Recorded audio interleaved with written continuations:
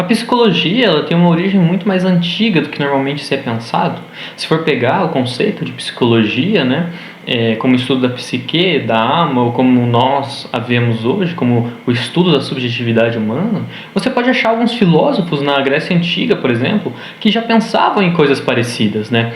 Alguns filósofos como Platão, Sócrates ou Aristóteles, né? Sendo Sócrates a pessoa que trouxe a famigerada frase "conhece-te a ti mesmo", ou Platão, que buscava entender a diferença entre os animais comuns e os seres humanos, e Aristóteles, que dizia que a principal finalidade do ser humano, né, todas as suas ações, todas as suas motivações, tinha como principal finalidade trazer a felicidade para o indivíduo.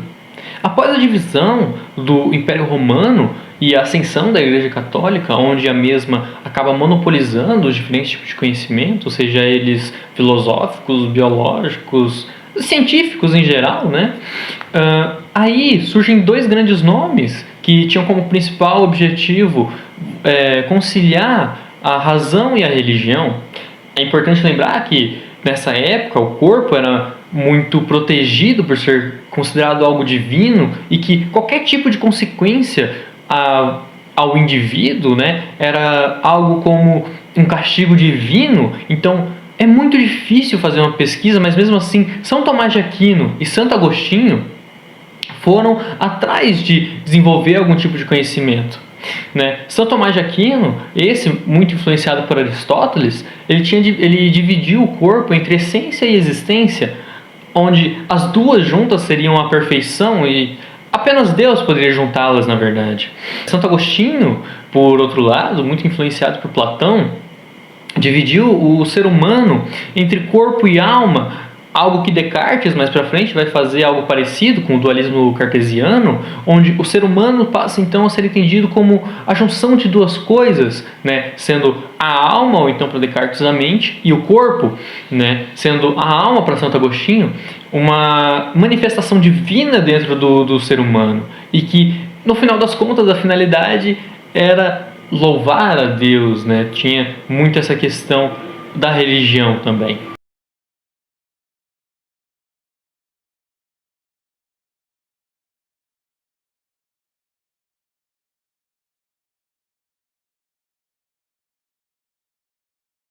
William Wundt é considerado o pai da psicologia moderna, pois, antes dele, os estudos eram tratados apenas por filósofos. Wundt foi o primeiro a propor que a psicologia deveria ser uma ciência experimental, assim marcando o nascimento da psicologia como uma ciência independente, separando-a da filosofia e da fisiologia. A fundação do primeiro laboratório de psicologia ocorreu no ano de 1879, em Leipzig, na Alemanha, e foi muito importante, pois foi o marco inicial do nascimento da psicologia como ciência.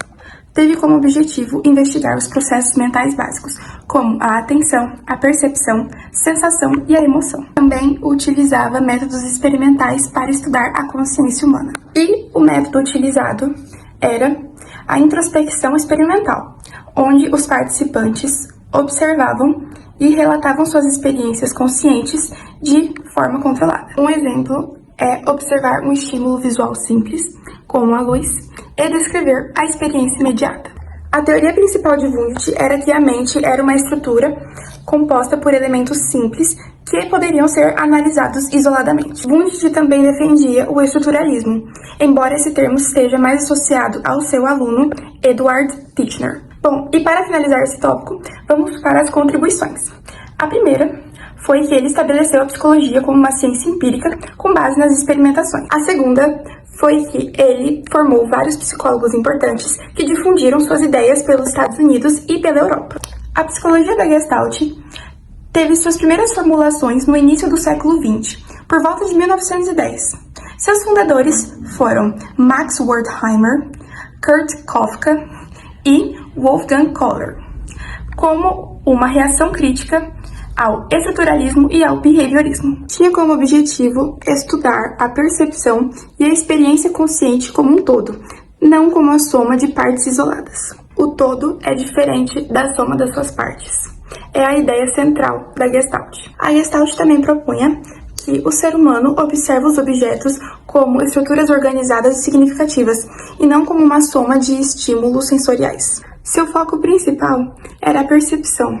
Os pesquisadores investigavam a forma como os seres humanos percebiam padrões, movimentos e organização espacial. Também identificou leis organizacionais que nos explicam como nós percebemos padrões e formas. O primeiro tópico é a proximidade, que diz que elementos próximos tendem a se agrupar. O segundo tópico é a semelhança, que diz onde elementos semelhantes são percebidos como pertencentes ao mesmo grupo. O terceiro tópico é a continuidade, que é a preferência por percepções contínuas e não abruptas. O quarto tópico é o fechamento, onde a mente busca completar figuras incompletas. E o quinto e último tópico, que é a figura fundo, onde ocorre a distinção da figura principal e do plano de fundo. O método utilizado pela Gestalt eram as observações fenomenológicas, onde ocorria o estudo da percepção e do comportamento em situações naturais e experimentais.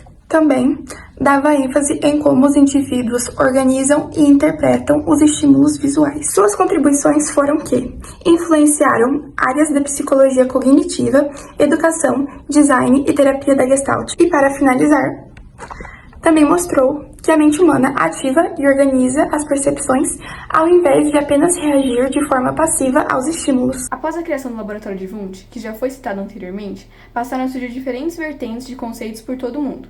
A psicologia da Gestalt é uma delas, que também já foi citada, e temos muitos outros exemplos, como o estruturalismo, uma proposta psicológica introduzida por Wundt e desenvolvida pelo seu aluno Eduard Titchener. Titchener levou o que havia aprendido na Alemanha para os Estados Unidos, onde se estabeleceu em um laboratório na Universidade de Cornell e desenvolveu o primeiro programa de doutorado em psicologia. Seus estudos se baseavam na compreensão de estruturas individuais que formavam a nossa consciência por meio do método introspectivo. As pessoas que se submetiam a passar pelos experimentos deveriam ser capazes de passar por uma experiência e realizar registros mentais sobre os efeitos. Com isso, após uma análise, deveriam fazer relatórios objetivos baseados naquilo que tinham sentido. Porém, o seu método era muito questionado por outros pesquisadores, visto que era muito subjetivo e o uso da introspecção levava à falta de confiabilidade nos resultados, que inclusive não podiam ser replicados por outros cientistas. Apesar das diversas críticas e de grande parte do pensamento ter morrido com o seu autor, o estruturalismo serviu de influência para diversos outros pesquisadores, além de ter sido a primeira grande escola de pensamento da psicologia. Após o estruturalismo, e derivada deste, surge uma perspectiva americana conhecida como funcionalismo, de evolucionistas como William James. Ele buscava compreender o propósito e a função dos pensamentos e dos comportamentos humanos. Ele, inspirado por Charles Darwin, também defendia que os processos cognitivos se desenvolviam ao longo do tempo, para ajudar o ser humano a se adaptar e a sobreviver. Ao contrário do estruturalismo, suas técnicas eram objetivas, com observação direta e trabalho de campo. O funcionalismo veio em resposta direta ao estruturalismo.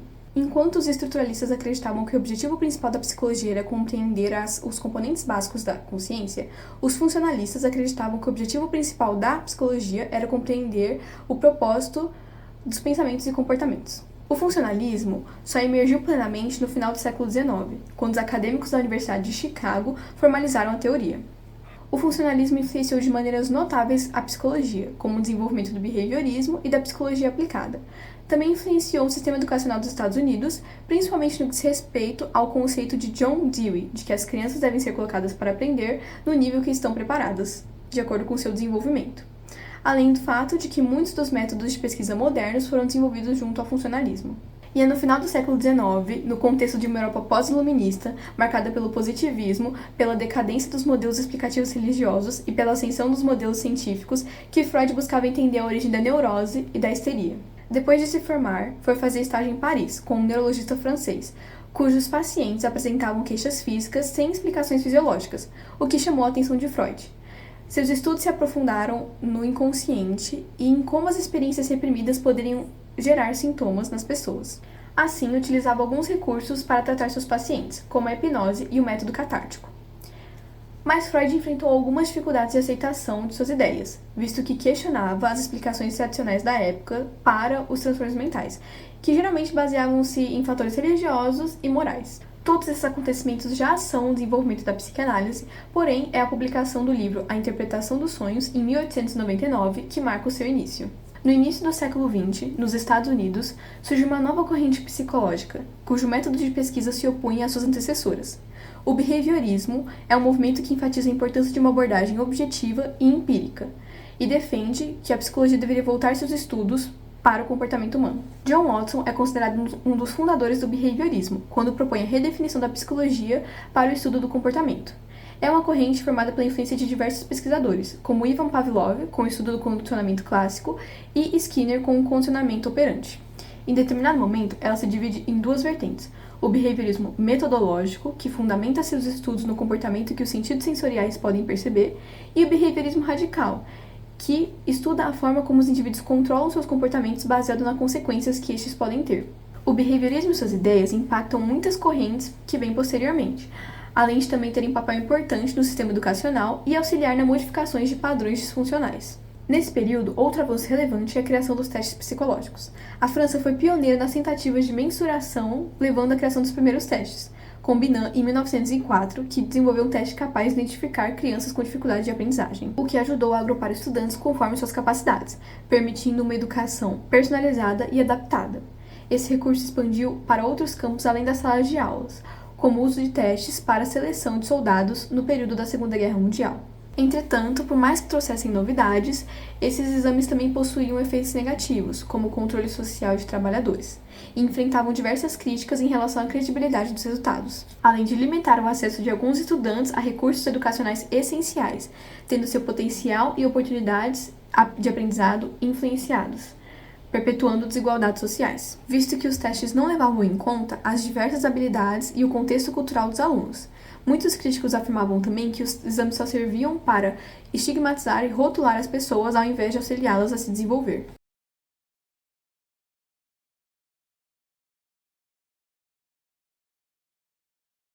Mas e na época da ditadura militar? A psicologia estava do lado certo ou ruim da história?